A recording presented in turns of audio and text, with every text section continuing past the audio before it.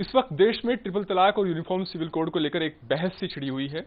केंद्र सरकार के हलफनामे के बाद मुस्लिम पर्सनल लॉ बोर्ड और तमाम जो दूसरे मुस्लिम संगठन हैं वो ये कहते हुए इसका विरोध कर रहे हैं कि उनका केंद्र सरकार का रुख उनके पर्सनल लॉ में एक किस्म से दखल की तरह है। इस वक्त हमारे साथ इस पर बातचीत करने के लिए जाने माने न्यायविद सोली सोराब जी हैं। सोली सर, एक जो बहस छिड़ी हुई है ट्रिपल तलाक और यूनिफॉर्म सिविल कोड को लेकर के, केंद्र सरकार ने सुप्रीम कोर्ट में हलफनामा दाखिल किया। उसके बाद जो मुस्लिम संगठन है उनका कहना यह है कि सरकार जिस तरह का रवैया इस पूरे मामले में अख्तियार किए हुए है वो एक किस्म से इंटरफियर की तरह है और उनको बर्दाश्त नहीं है। आपका व्यक्तिगत मत क्या है, क्योंकि आप एक न्यायविद की तरह आप इस पूरे मामले को कैसे देखते हैं? नहीं, आई थिंक उसका थिंकिंग गलत है। After all uniform civil code constitution में है, डायरेक्टिव प्रिंसिपल है।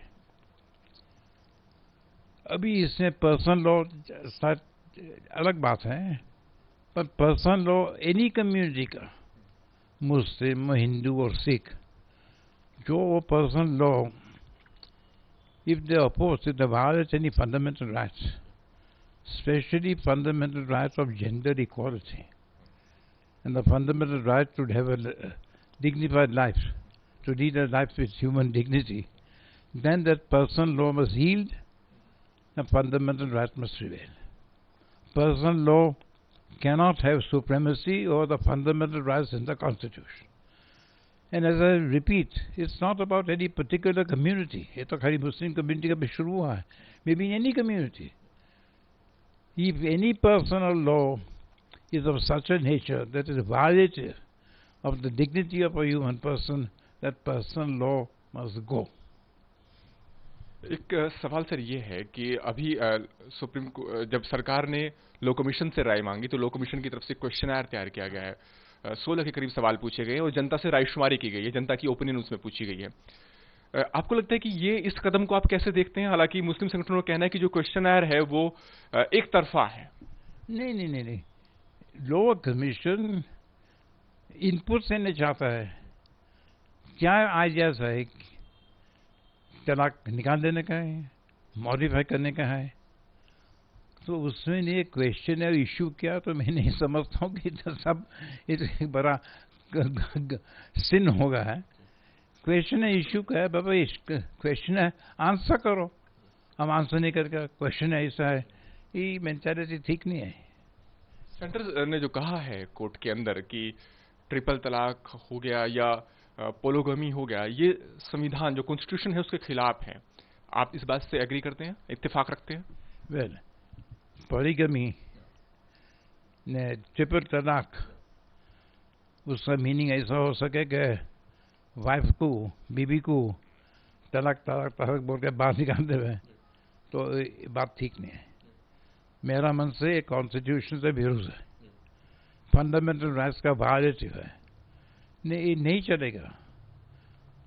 We must have respect and supremacy for fundamental rights in the Constitution. That's the main thing.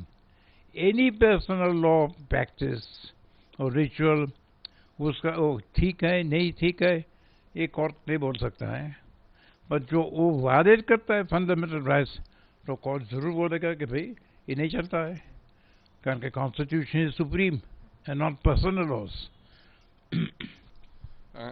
एक जैसा सेकुलर फैब्रिक है इस देश का, आपको लगता है कि तमाम जो स्टेक होल्डर्स हैं, जब हम इस तरफ बढ़ रहे हैं यूनिफॉर्म सिविल कोड या ट्रिपल तलाक के एवोल्यूशन की ओर अगर बढ़ती है सरकार, तो उन तमाम स्टेक होल्डर्स को भी कॉन्फिडेंस में लिया जाना चाहिए, विश्वास में लिया जाना चाहिए?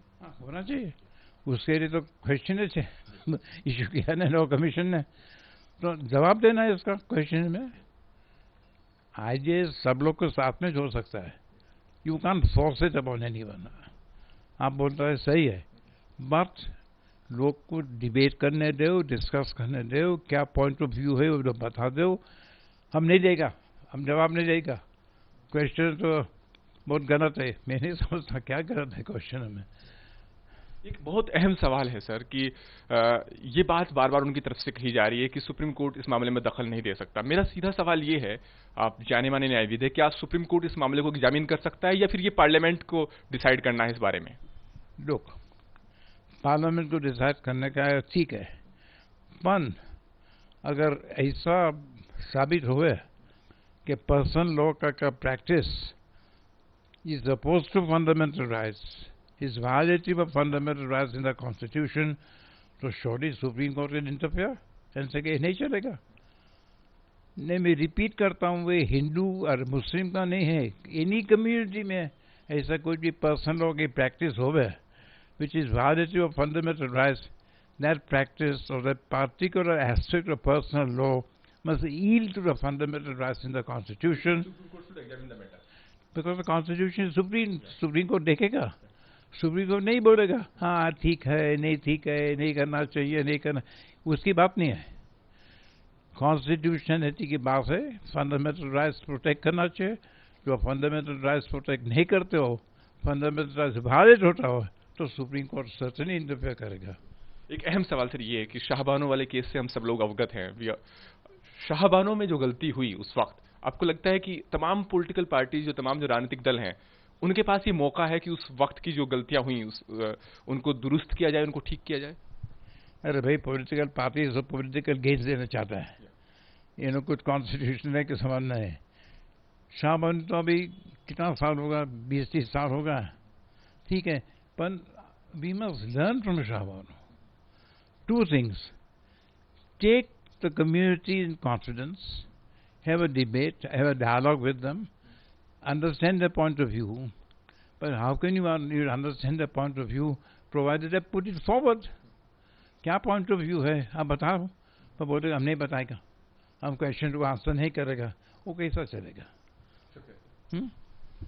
तो जाने माने न्यायविद सोली सोराब जी ने बड़ी विस्तार के साथ इस मुद्दे पर अपने विचार रखे, और जो उन्होंने कहा है उसका सार अगर कहें तो यही है कि इस देश में संविधान सर्वोच्च है, संविधान से ऊपर कुछ नहीं है, और अगर कोई पर्सनल लॉ, चाहे वो किसी भी धर्म का हो, किसी व्यक्ति के मूलभूत अधिकार जो सुप्रीम कोर्ट जो संविधान ने दिए हैं उनका उल्लंघन करता है, तो उसे दरकिनार किए जाने की जरूरत है। वीडियो जर्नलिस्ट गौरव के साथ अरविंद सिंह, न्यूज नेशन, दिल्ली।